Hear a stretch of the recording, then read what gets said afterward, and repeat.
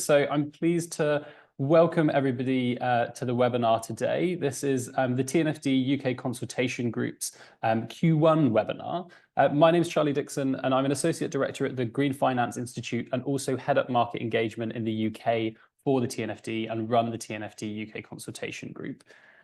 Today's webinar is called UK Action on TNFD, and we're going to hear from 3 companies in the UK across different sectors that have all published or are working towards publishing TNFD-aligned reports. We hope it will help to break down some of the key motivations for getting started with the TNFD recommendations, what their first steps have been, and also how this is helping to inform action across their organisations. We're going to start with just a few housekeeping notes. So you may wish in your Zoom to put your display into speaker view for the best experience for what we're going to be showing today. Today's webinar is being recorded, and the recording will be available on the GFI and TNFD UK Consultation Group website shortly afterwards. Given the number of participants we have today, it's quite a lot. We've disabled microphones for the audience, and we encourage everybody to submit questions for our panelists through the Q&A function on the screen. The chat function is also available, but please do submit the questions through the Q&A function so we can kind of manage those and make sure they get to the panelists there as best as possible. You'll also be able to see questions submitted by others, and there'll be an upvote button next to each of those where you can indicate a question that you really would like to be answered. So if you see something you like, press the upvote and it's more likely to get answered. So with that, it's my great pleasure to introduce our speakers today. We have Chris Dodwell, Head of Policy and Advocacy at Impacts Asset Management, Ruth Voigt, Environmental Sustainability Leader at Laing O'Rourke, and Tom Gray, the Nature and Biodiversity Strategy Lead at the BBC. So to get us started, the first question for most companies as they start to explore TNFD is really, why should I invest time in this? Like, what's the business case? So I want us to start by asking, across each of your organisations, what were your motivations for exploring TNFD and beginning your work on a TNFD-aligned report?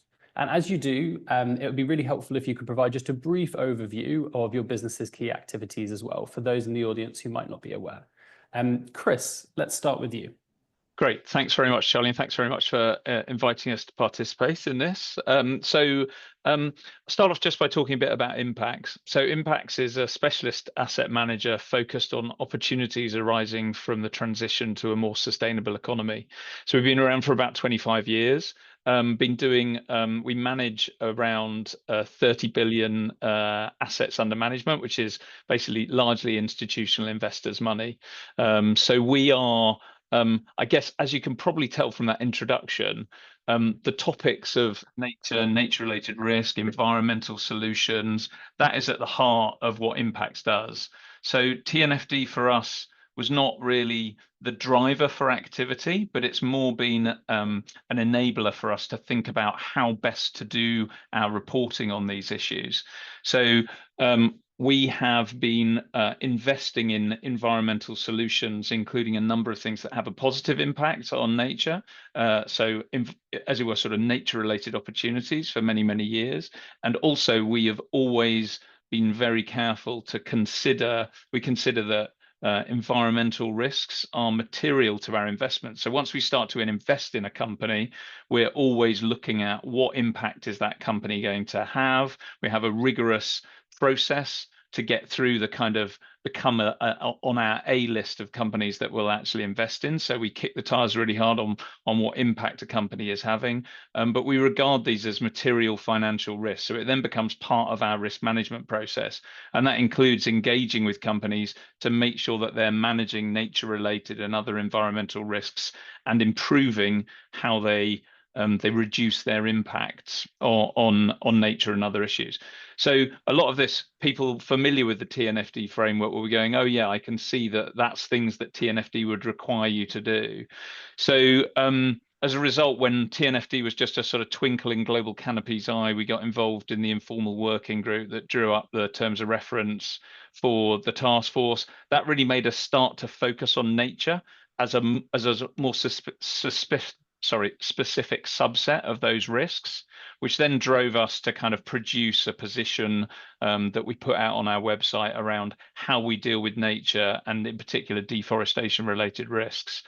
So I guess with all of this, as I say, what we're now finding is that actually the language of TNFD and the processes, in particular, given that people are building on their TCFD experience, that's actually really helpful for us in dealing with companies, because they're starting already to get their act together on the things that they're going to need to disclose. We're starting to talk about sort of common language, the LEAP framework, various aspects of that kind of facilitate the ability for us to have information and to have exchanges with those companies, because it's no longer us introducing concepts that are unfamiliar. So as you're getting more sector specific guidance, companies' awareness is increasing, but also I would really point to things that you guys have done through the UK sort of peer-to-peer sectoral sessions. We found it really useful to be engaging with peers to understand how everyone else is going on this journey.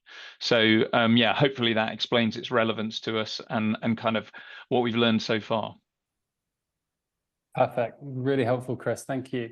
And Tom, I think there's some interesting similarities actually to some of the perspectives you have at the BBC, certainly in terms of kind of wanting to get a handle on those material dependencies and impacts. So could you tell us a bit more about your motivations for getting started too? Sure, but one thing I will say, and which maybe, Charlie, you tell me if, thumbs up or thumbs down, if this completely undermines my position or not, you tell me. I hadn't started at the BBC by the time the BBC was already an early adopter of TNFD. So does that mean anything I say is junk, or is it all right? Okay, fine. Still allowed an opinion. Thank you. But I've been in the role less than a year. We created this head of nature role in response to the BBC's movement in this direction. And it's interesting because it was actually driven by my current director, who's the director of sustainability at the BBC. She recognised that this was important, and look, you could say that regulation is an important thing, and a lot of businesses are doing this because in advance of probable regulations on, at least in the UK and existing regulations elsewhere in the world. But I think more than many companies, I think the BBC's utter dependency on nature for our reputation and our output is probably quite obvious. Anybody, and I'd love to see a show of hands for who hasn't seen a David Attenborough or Planet Earth documentary at some point. I think we've had over 1 billion individual viewers of something in the Planet Earth series. So it's a fairly small cohort that won't be aware of some of the outputs that we've got in this space. But it's been very interesting to start articulating that across the business with people who hadn't really considered yet nature as a dependency, how it aligns with kind of upcoming global requirements. We have this reputation as one of the foremost producers of wildlife documenting the impacts of, the humanity's impacts on wildlife for over 60 years now through our natural history unit. I believe our first nature focused broadcast was in something like 1924, 25. And so we've been doing this for quite a long time. And I would argue our reputation is completely dependent on continuing with that. And imagine if you lifted up the hood and found out that we weren't practicing what we preach. So I believe we do, but we want to make sure that we are doing that in a way that is credible and measurable and relatable as well. And look, TNFD, as it did with Chris, it offered us a way to articulate what we were already doing and our ambition around in this space. It gives a language and consistent framework that is at least there to be understood by the broader market. But any company that's adopted TCFD probably has some idea of what we're talking about in TNFD. I mean, that was not that I want to toot the TNFD's horn too much, but the fact that it's pre-aligned with so many of the categories of TCFD and the language around it has been fantastic. So yeah, BBC wanted to get ahead of this. We really wanted to be match fit for when regulations come through, show leadership in this space. And yeah, look, I mean, the writing's on the wall because with CSRD and other touted legal frameworks, this is coming, and I think all businesses really need to get their act together and get ahead of it. Does that answer your question? Great, thanks, Tom. Yes. And that point about TCFD already being established in the business, so people finding it familiar from their experiences with TCFD, it seems to be a really common thread. We certainly hear that across lots of different businesses. And in particular, when you're thinking of this disclosure framework, lots of businesses are finding similarities in the strategy and the governance section. So a lot of what they've set up for climate can really be used and maybe slightly tweaked for nature. So Ruth, I'd like to turn to you now. How does Langer Rook's motivations compare? Was alignment with climate and other reporting frameworks a consideration for you as well? Yeah, absolutely. So Langer Rook is a privately owned principal contractor. So in terms of regulation and requirement, usually we are at the end of the list because we're privately owned. And so therefore, in terms of immediate drivers, usually actually we get a bit of a time lag. However, we do already report TCFD in our financial statements, and also we report into the CDP. And in the last year, actually, instead of just doing the climate disclosures for for CDP that we've done previously, we actually disclosed against water and biodiversity. So actually, what we found was a lot of work that we'd actually already been doing was really beneficial for that, and actually they're so aligned. So we find that whilst we start talking about a new disclosure framework or something like that, actually we've got lots of things already there and available. And I think the organisation and the way that we present that, having a consistent approach, is great. We actually, as well, being a contractor, had a bit of a, we focus on our projects and our client requirements and things like that, and we actually have a bit of a bottom-up approach. So we were seeing an emerging requirement for biodiversity net gain. We trialed biodiversity net gain on a number of our large projects before it became mandatory, and actually it kind of allowed us to elevate the conversations we're having at project level up at the corporate lens, and actually how can we be consistent around the things that we're seeing on our projects and starting talking about them as at a corporate level and kind of like what that means to us as a business. And it turns out that we'd started working on our nature strategy back in 2022, and all the work we did in preparation for that is absolutely completely aligned with what the TNFD requires. So yeah, we were way on the journey for doing a lot of this stuff already, but being privately owned, we didn't necessarily want to immediately jump and make the commitment to be an adopter, and actually it was external market pressures that actually said, oh, we've got this stuff, let's do it. And actually we operate in the UK, Australia and Middle East. And actually there was a sector industry group in Australia that got together and asked members to actually make that commitment and adopt. And that was ultimately what drove us to say, yeah, let's do it, kind of thing. But yeah, a lot of the information was already available. It's really interesting to hear the differences and the similarities between all three of your different views, both thinking about the motivations and what maybe helps some of those kind of barriers be reduced or overcome. So Ruth, let's stick with you now and maybe a little bit more on this intersection of climate and nature theme. There'll be lots of businesses on this webinar wondering, where do I start with all of this? How do I break it down into just manageable chunks, really? So could you please walk us through what the first few steps of TNFD looked like for Langer Rook? So how did you build on your existing work on CDP and climate and other areas?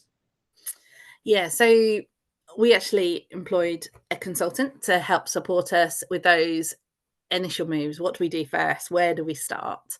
How do we define what it means to us, kind of thing? And actually we used Leap approach, and we looked at kind of like locating how our business kind of interface with nature.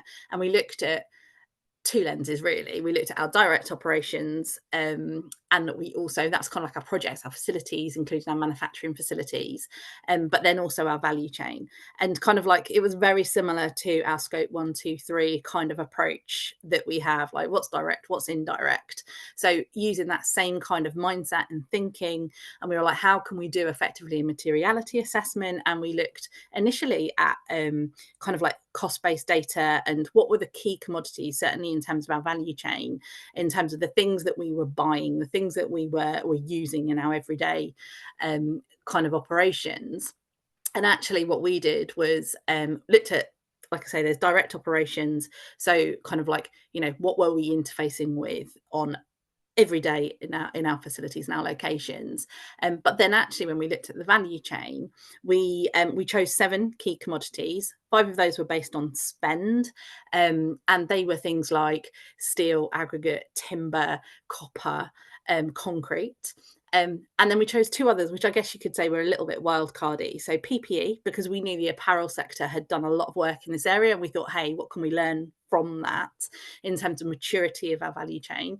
And then also fuel. We use HVO fuel, which, as some people may know, is kind of like one of those big question marks. And we've done a lot of work around the due diligence of where we purchase our hydrotreated vegetable oil from.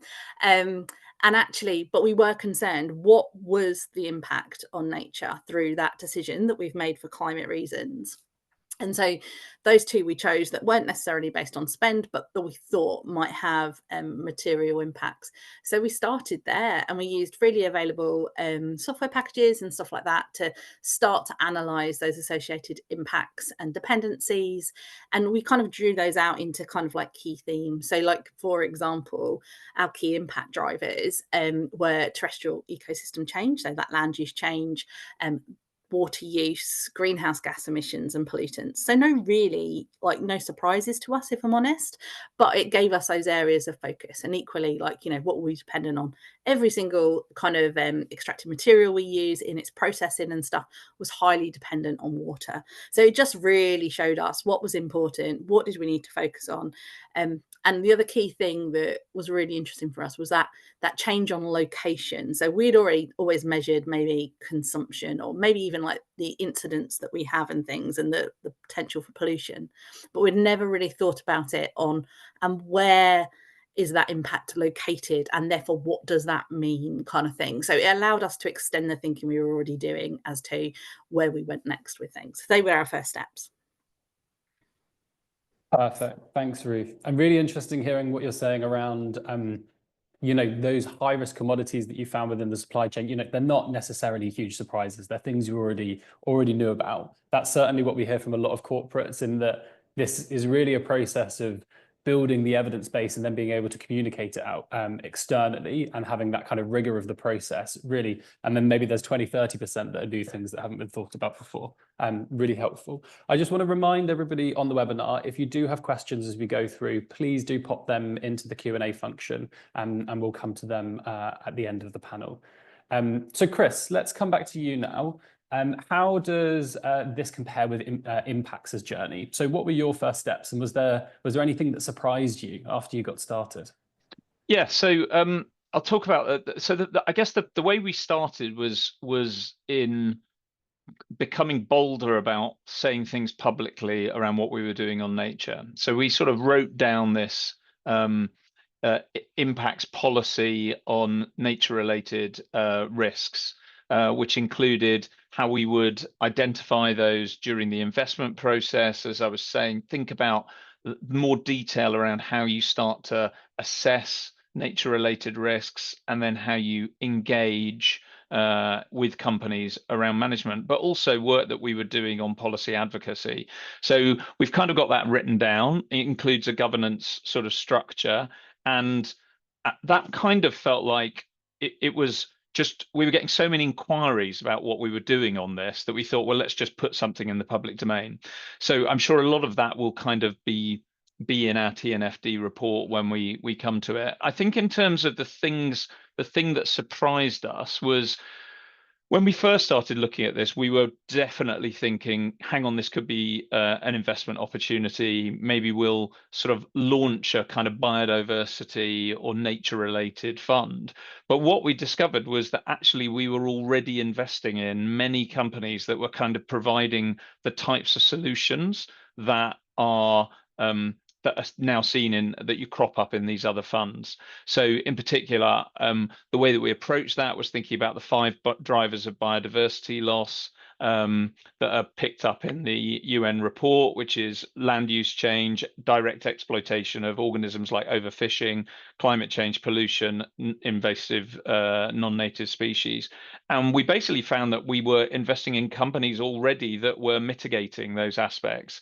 So maybe food waste reduction or plant-based proteins, sustainable aquaculture, precision agriculture, renewables, energy efficiency, alternative fuels.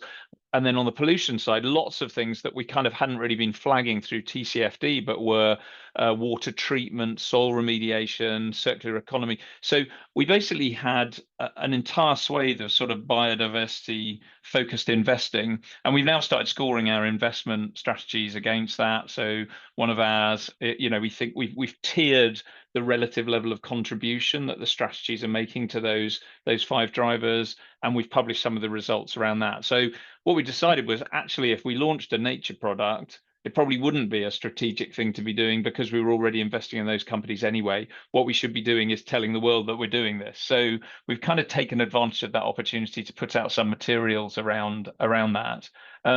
It has actually also raised our awareness of how difficult it is to finance nature restoration, and how in listed equities, that is the area that we're doing, all you can really be doing is investing in things that limit impacts rather than necessarily restore nature. And that, I guess, redoubles our efforts of trying to involve in policy advocacy and trying to work with governments on how do they actually encourage those nature restorative investments from the private sector. So that's been a really interesting journey, and has kind of helped us, I think, kind of get a better handle on this, but also focus on some other different areas. Excellent. And what I really love about your and Impax's journey is it is a really good reminder that TNFD is both about measuring, understanding, and disclosing the upside as well as the downside. So much of this conversation can get caught up in negative impacts and in risks, and that becomes people's focus. But this is it's as important to think about where are some of those negative impacts being reduced, so the limiting, like you're talking about, or contributing to the positive outcomes for nature as well. So really good to hear. Maybe sticking with you, Chris, what would you say were some of the most significant challenges that you faced as you went through that? Yeah, I think the challenges are back to those issues you raise around on the risk side. And in particular, the biggest challenge we've faced has been around the location of facilities.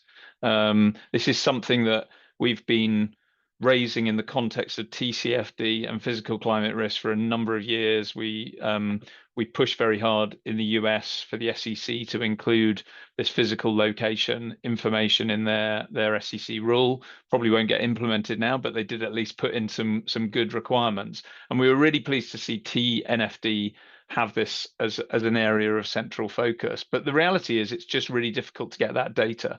So I guess that's when we've started to work with data providers around how you get information on sites, and therefore you can make assessment of corporate exposure. Similarly, there are gaps around metrics. I think there's been this sort of idea of a kind of pursuit of a single metric along the lines of carbon, which I think we all recognize isn't available, but at least, I don't think we've made a lot of progress towards identifying sort of 5 or 10 key metrics that we can all have in mind when we're talking about nature. And as you mentioned, Charlie, what we're interested in doing is maybe talking about avoided, what we publish on the climate side is we publish data on avoided emissions. So in other words, the positive impact of the investments that you'll make in terms of avoided nature impacts, that's definitely in its infancy. So I'd say those are two main gaps that we've identified, and it's as I said, it's really interesting to be working with other asset managers and see how they're solving those challenges. Super helpful, thanks. Metrics, Tom, I know metrics is something that you've been thinking about a lot as well. Conversation that's come up at the BBC. So maybe we could turn to you, and could you walk us through how your thinking on the metrics has developed, and maybe more broadly how the BBC's got started on TNFD as well? Yes, easy. How do we get started? I mean, a lot of businesses ask me this, and I've seen it come up before on a few other webinars focusing on TNFD and nature disclosures in general, and it can seem quite daunting. But the first step is just give it a go. I mean, there are many consultants out there that you can pay to do this, all giving you their own product that promises the world. But look, the vast majority of them will give you a really good picture of your potential high-level impacts on nature, where you interact with natural systems, and a few ideas about how you might want to go about getting more data. We started, so I'll answer the second part of the question first. We started a while ago working with, now Charlie, am I allowed to name any external organizations, or would you rather I didn't? Great. So the University of Oxford, well, provided a method, and I'm not going to go into the details of it, mainly because I'll probably butcher the details of it, but it looked at our carbon spend data and gave us a biodiversity footprint. It gave us an idea of our heat map, I suppose, where are our biggest risks within our supply chain, our probable largest impacts on nature and the ecosystems within our scope 3 data in particular, and then gave an idea of what we should go about doing. We also ran, another company offered us use of a tool which looked at our office locations and mapped them against areas of ecological sensitivity and water scarcity, using all of the freely available publicly accessible data sets around biodiversity and water and things like that, and I believe some paid data sets too, just to give an indication of kind of where are our current offices. But the real hard part is that, like a lot of other organizations, the BBC's impact is probably within its supply chain and within the productions that we have on site.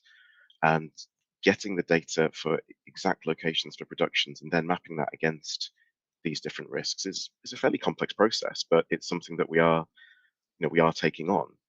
So just for example, looking at where our offices are within areas of water scarcity, we don't use vast amounts of water. We don't abstract water personally.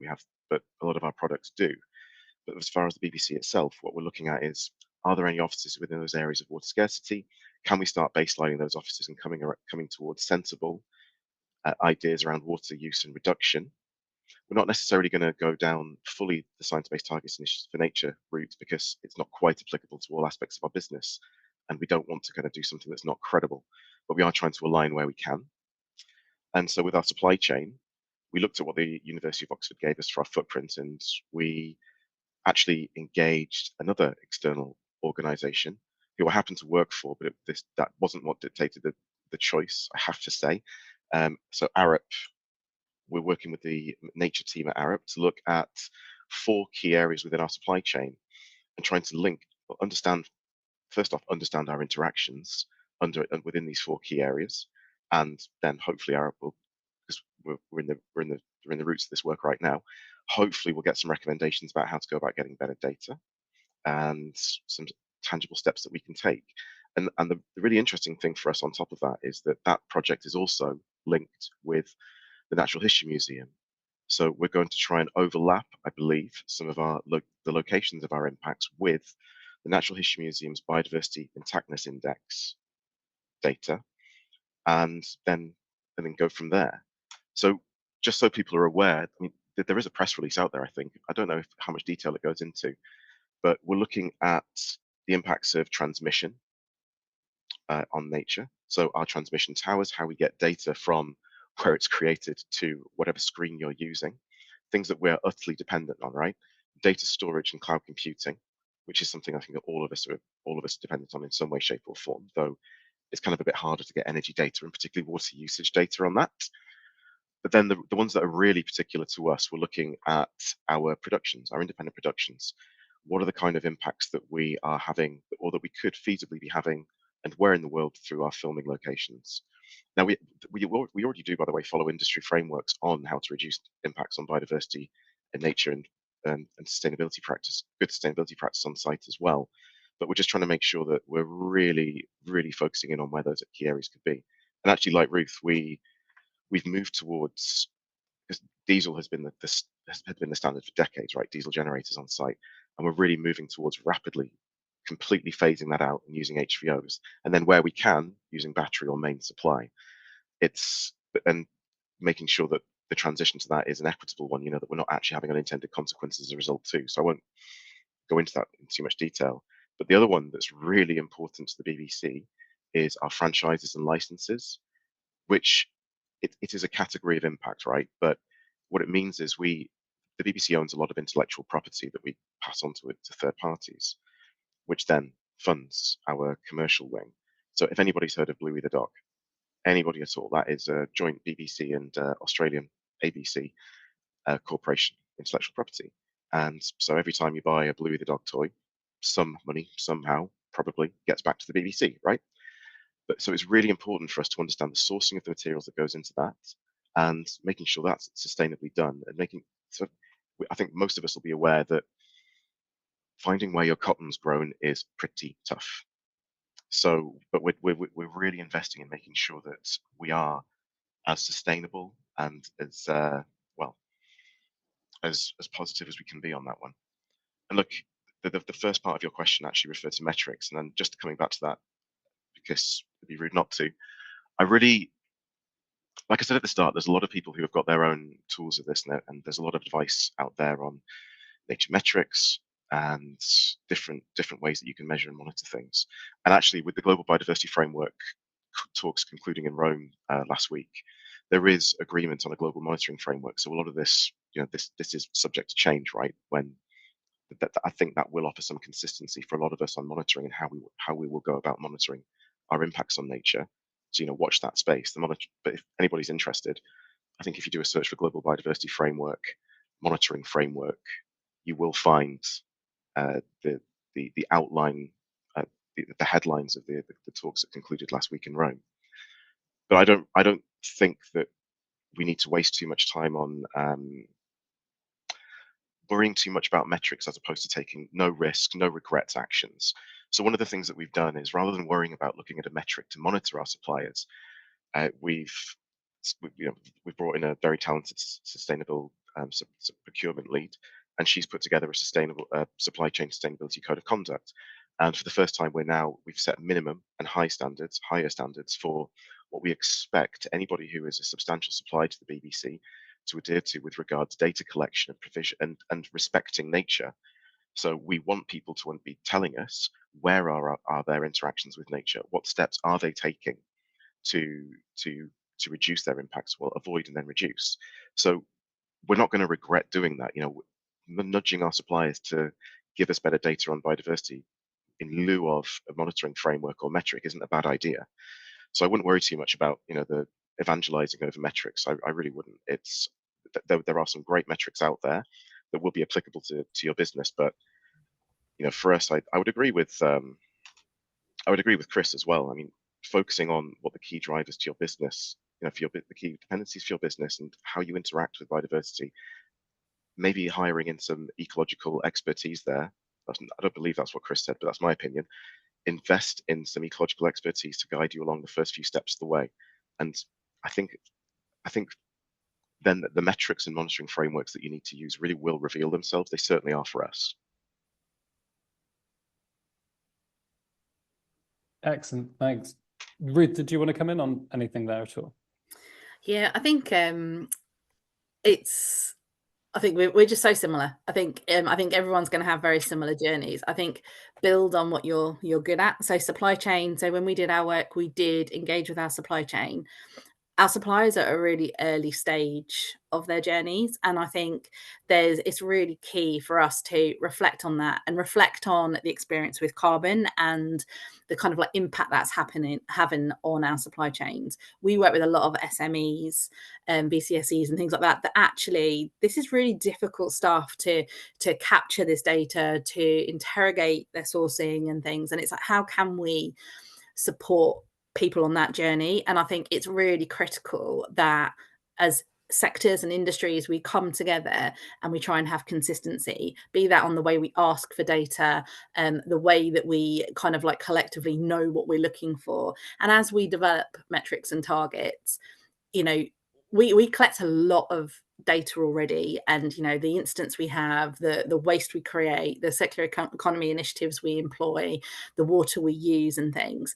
And what we found is that we looked at the draft sector guidance when that was draft kind of thing, and we looked at the for the construction and the construction materials industry, and looked at the kind of like the metrics that were being proposed in there. And we've had industry working groups and things to look at that a bit further, and there's more work coming on that.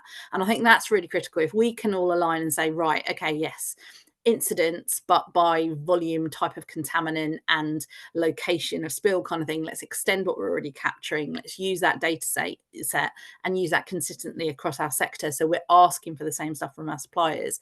I think will help accelerate that journey, and certainly learn from the experience of carbon and minimize the impact that we'll have on our supply chain.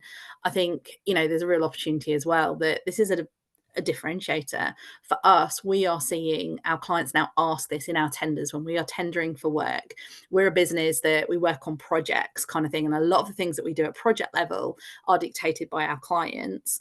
And so actually kind of like building and building and building on those things, and using it to say, actually, yeah, we're already there and we understand what this means, and these are the things that we can do next kind of thing, actually helps us win work. So it can be a differentiator, and it doesn't have to be all new. It's just building on those things. And we're starting to work on our kind of like our data capture systems and stuff to extend the data we already collect, so that we can start linking it to, for example, water abstraction, to is it in a water scarce area kind of thing, so that we can start seeing that and measuring that. And that helps us with our CDP disclosure as well. So everything is kind of like working together, I think. Thanks, Ruth. Really helpful to hear how this is kind of translating into value across different parts of your business, and where it's actually helping to inform these actions and these decisions. I think, Tom, on your side, you've mentioned some of the bits already where your assessments have helped think through what some actions could be that you take in terms of, you mentioned the code of conduct and how you're thinking about engaging with suppliers. Is there anything that you wanted to add on that around, for example, conversations maybe that have been happening around BBC and TNFD as a kind of language for that? Yeah, can do. And as well as the sustainable procurement code of conduct, or the supplier code of conduct. Do you know what, I should have the exact name on the tip of my tongue, but I don't, so that's a failure on me, obviously. But that's led to some really interesting conversations with some of our suppliers already. We're already speaking to our suppliers about, well, you're not having a deliberate impact on the planet. We know that, but it's helping. We're having new conversations with them about how they might want to further query what they're doing. I mean, introducing the concept of the high impact commodity list as a potential problem is quite a difficult conversation to have. But then when you say, well, it's not just about cutting every single one out and getting rid entirely. It's about making sure that if we are procuring, if you're supplying soy, for instance, it's making sure that that's done sustainably, and it's not taking over the Argentinian plains to be used as cattle feed, right? We want to make sure that it's about making sure that we are investing properly in sustainable products and services. And with regards to the language, I think Ruth's already actually said it earlier, and I think I nodded in agreement. I don't know if we're on screen, but there was a nod. But it has actually helped us have those conversations at other corporate levels. People have been familiar with the TCFD and the language around that for quite some time now. It's been in our annual report for a few years. And so my team reports directly into the CFO. So the language around climate change and nature is already there at our board level. But the fact that the TNFD has come along and has effectively given us just a few extra strings to that bow, right? It's been really helpful on that front. So, like I said, the common language that senior leaders can get on board with. And actually, my own personal opinion is that the language around carbon, and actually there is some research into this. There is evidence that this is true as well. It's not just mindless pontificating, but people don't really connect with the idea of scope 1, 2, 3 carbon net zero and that kind of thing. Like the general public don't particularly warm to it, and people do at business level, obviously, because they have to, or because they're interested in it, or they are interested, or they love it. But with biodiversity and nature, the hook is much, much, much easier. When we're talking about nature, people, yes, there may be some difficulties in coming to a complete common understanding about what we mean by the word nature. And I know there's sometimes arguments about biodiversity versus nature, restoration versus regeneration. But in the grand scheme of things, these are actually very small disagreements. And so the common language that this allows, and the fact that nature is a fantastic topic that people really want to engage in, it's made it a lot easier to have those conversations. And some of the supplier code of conduct is one of the results we're seeing. And just by virtue of being there in the organization, we're having conversations now with our productions about, are these filming locations appropriate, or do we want to go and look for something else? Those are conversations which are really important to have, because look, we know that if we show certain things on screen, that might drive people to go there, and that might then undermine the fact that it's a nature haven. So I would take kind of the example of The Beach, the Leonardo DiCaprio film. I think was it Vietnam, Thailand, Koh Phi Phi, I can't remember. But one of the islands that was used in that then became a tourist hotspot. I mean, that's not necessarily a bad thing, because it brings local investment. It might, in some cases, cause more investment into nature. So it's a case-by-case thing. But we need to be very careful. We are mindful of what we show on screen, either attracting attention and maybe potentially degrading it. But also we want to show nature in a really positive light and make sure that our stories are inspirational and positive, and actually get people invested in the topic and hopeful, inspire people to take steps to connect better with nature and take positive action. We're not going to tell people what they need to do so directly, but we do want to inspire people on it. And so, yeah, look, it has unlocked a huge number of conversations for us. Yeah. Really helpful. Thank you, Tom. And I just find it fascinating hearing, you and Ruth talk together and seeing the similarities in the way that you've kind of navigated this in the first instance, despite the businesses and business models being so different. So really interesting to see. Chris, so let's come back to you now, just before we turn to the questions from the Q&A. From your perspective, it sounds like action, certainly in terms of understanding the opportunities and the risks, it was really hardwired into your motivation for getting started in the first place. So I'd love to hear from you how that for you has translated into concrete action, and whether you can share a few examples of that.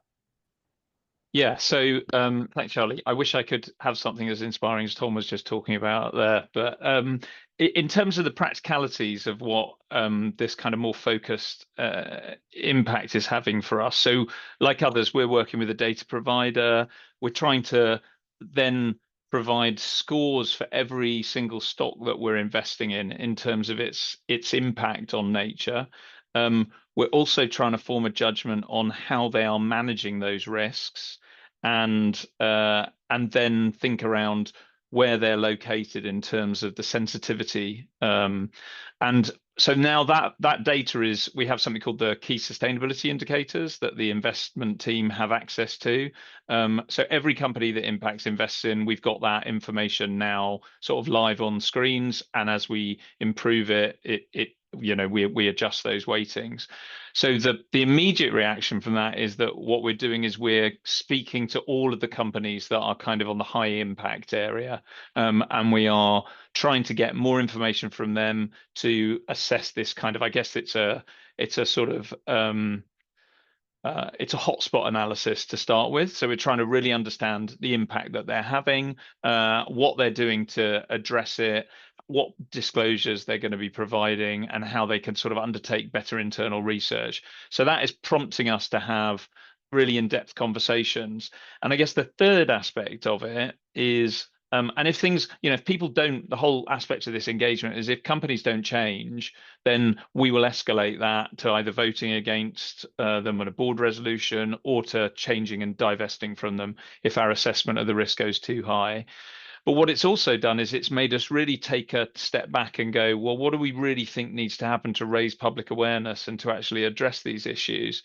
So we've realized that where information is really lacking is actually at that sectoral level. So, and that is a common issue, as you and I have discussed previously, around where national governments need to take action. So we are kicking off a new program this year where we're going to be focusing on deep dives into individual sectors.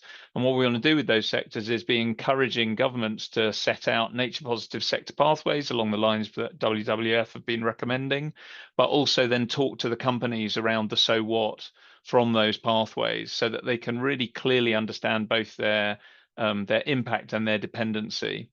So it's affecting our action with wider stakeholder groups and with policymakers around how do you kind of make these global biodiversity frameworks meaningful to people on the ground, so that you've got a clear sort of national level action plans that inform both investor action and company action, but also can be inspirational to the wider public. Excellent. Thanks so much, Chris. And I'm really excited about that, the priorities that you say you have for the year coming, where it's really turning to action and thinking about what is the change that we would like to see from businesses sector by sector, getting really practical about this. Okay, that's perfect. Charlie, so thank you very much. Yes, go on. Please so jump Chris, in, Tom. well, one thing I'm really I like what you said at the end, and inspiration to the wider public, and I think that that's really important and actually a point worth making. Like trying to inspire the public on things is kind of our business, and particularly within what we do for biodiversity and nature, certainly. And I'm seeing quite a lot of companies who have got some amazing things going on, but they're not putting things out there for fear of being accused of greenwash, and then therefore are then being accused of green hushing. And there's a really difficult thing in the industry, in certain parts of the industry right now, of people taking great steps which are huge for their business, but are then being critically panned for it because it's not enough quickly enough. And Totally agree. And I think that's really an interesting thing. Like the way we'll inspire other businesses and the public to care about this stuff is by putting it out there. And I know this is a big problem in the fashion industry in particular. There are businesses out there who've done some brilliant things, but don't put their work out there because, well, it's not good enough by today's standard. But the business didn't start this week, So it's a really interesting place, and I hope that other businesses do start taking steps to broadcast externally, like a lot of the adopters have. So Charlie, at the risk of, I'll do this in 1 minute. So we did a piece of work with Imperial a couple of years ago, Tom, where we were trying to find companies that were investing in biodiversity as part of their sort of business action, rather than, as a driver for revenues and things like that.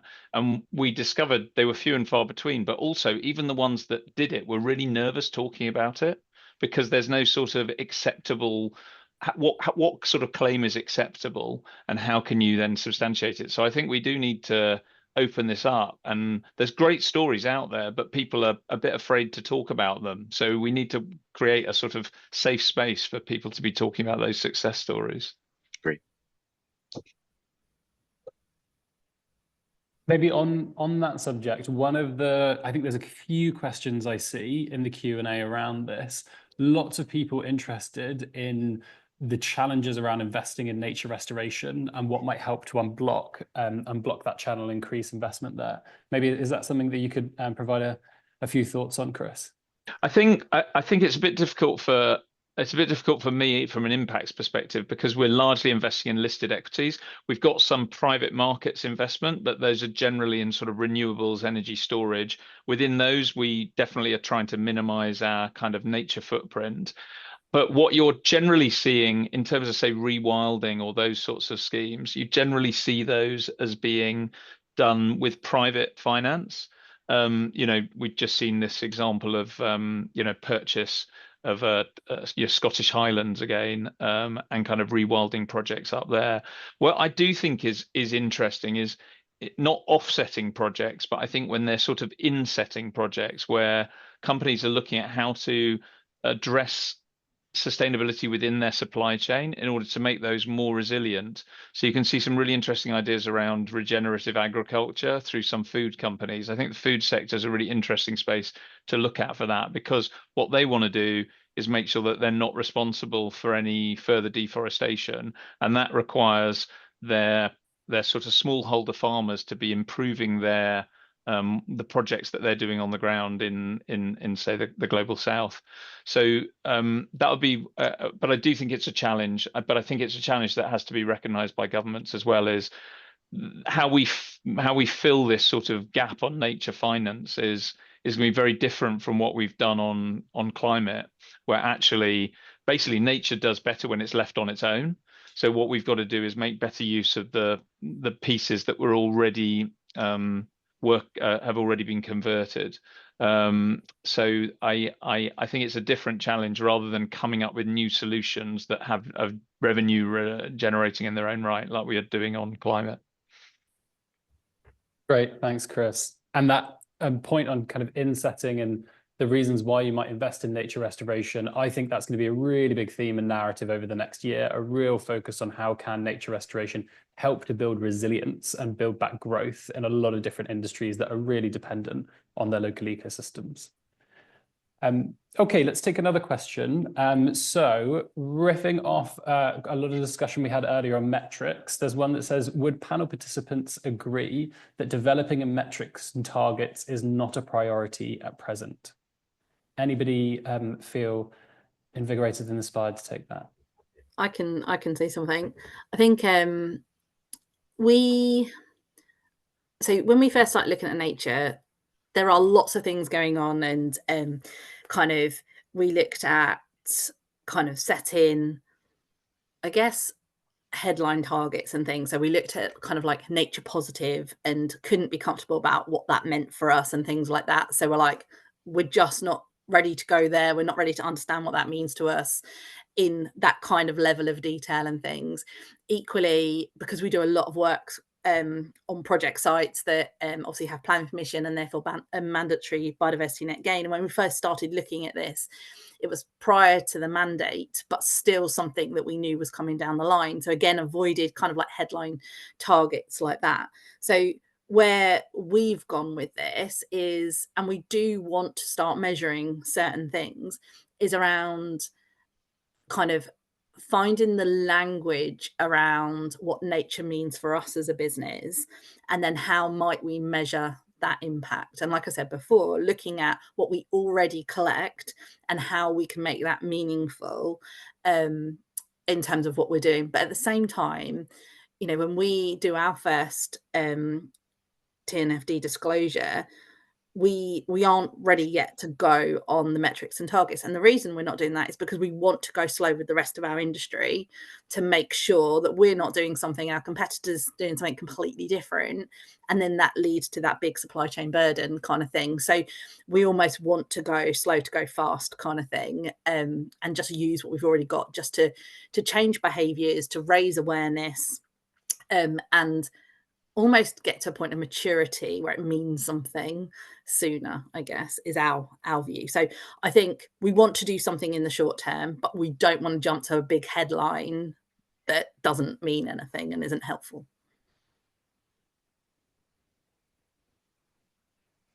Perfect, thanks. Can I just come in to support that, Charlie? Yeah. I think go slow to go fast is exactly right. I think what we did on some of the carbon side was jumped into decarbonisation targets, when actually what we might need to do, if you just end up as an investor trying to decarbonise your portfolio, you're probably going to sell stocks. It's just going to be past the parcel of the high carbon stocks that will go elsewhere in the market. And actually investing in some of the solutions might require the carbon intensity of your portfolio to go up a bit, because manufacturing insulation material uses more carbon than investing in an IT company. So we've learned lessons from that. I think targets around engagement are probably quite useful. So engaging with the companies, requiring them to be taking action, the sort of stuff I was talking about.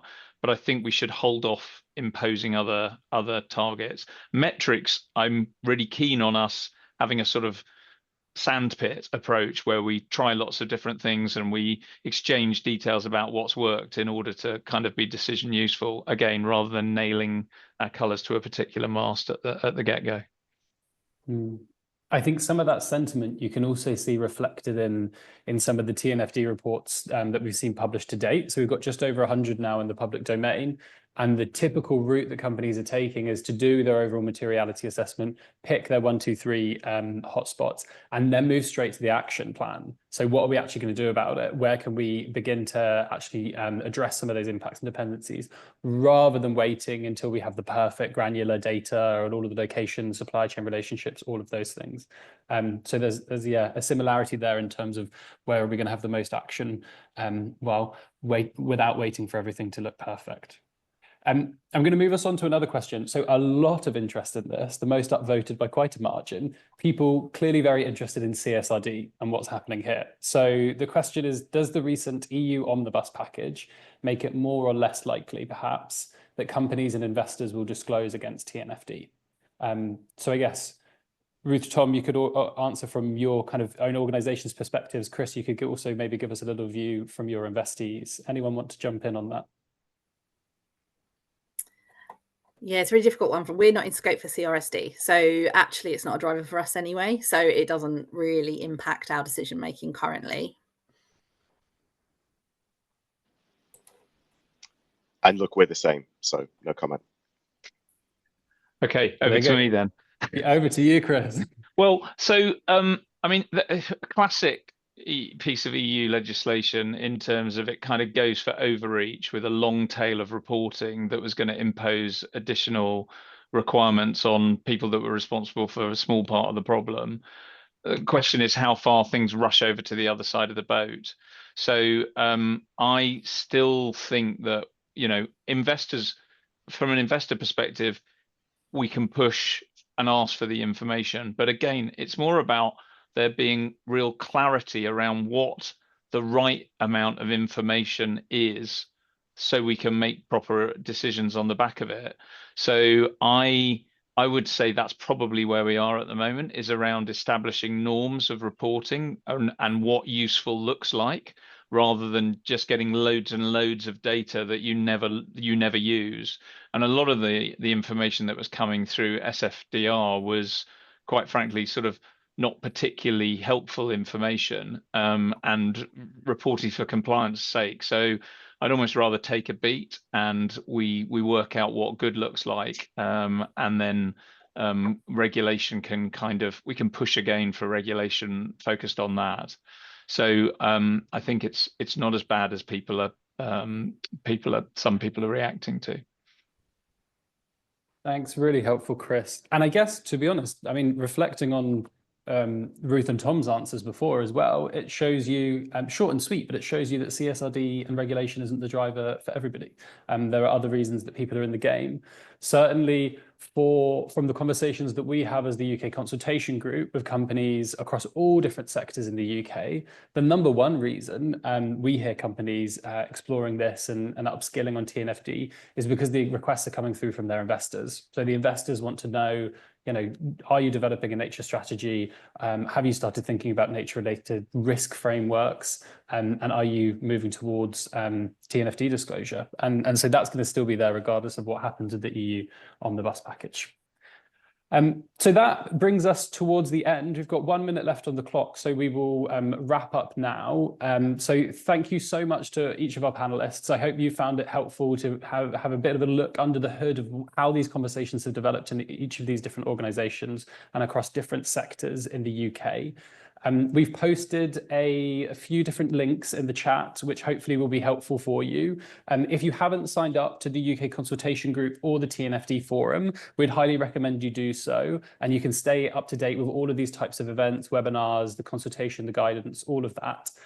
So please do that. And then we've also posted links to a few different resources that talk about how particularly the UK market is implementing the TNFD recommendations. So an overview of some example reports from companies that have already published, a bit of a deep dive into what's the UK policy direction on this. So, you know, the UK equivalent of what's happening in the EU, and the direction of travel. And then also some additional thoughts around, for example, how companies are taking TNFD to their boards and what we're seeing as the big drivers for their ExCo in terms of getting started on this. So that's all for today. So thank you very much. We have these webinars quarterly, so there will be another one as we approach June and July. We'll send out some comms for that in time. But for now, yeah, again, thank you to all of our panelists, and I hope everyone has a wonderful rest of their day.